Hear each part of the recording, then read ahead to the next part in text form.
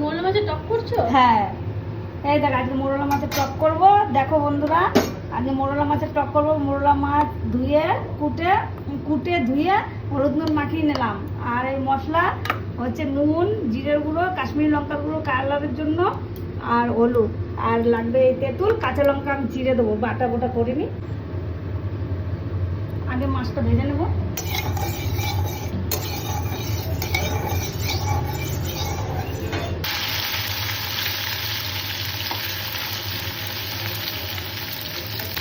দেখো বন্ধুরা, আমার ভাজা হয়ে গেছে। টকের ভিতর শস্য ফোড়ন দিতে হয়।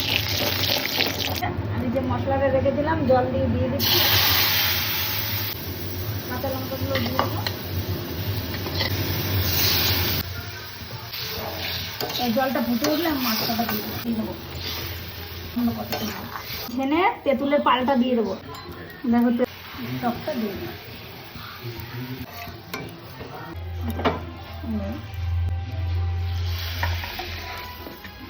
যদি ভালো লাগে একটা লাইক দিও, আর ভালো ভালো কমেন্ট লেখো।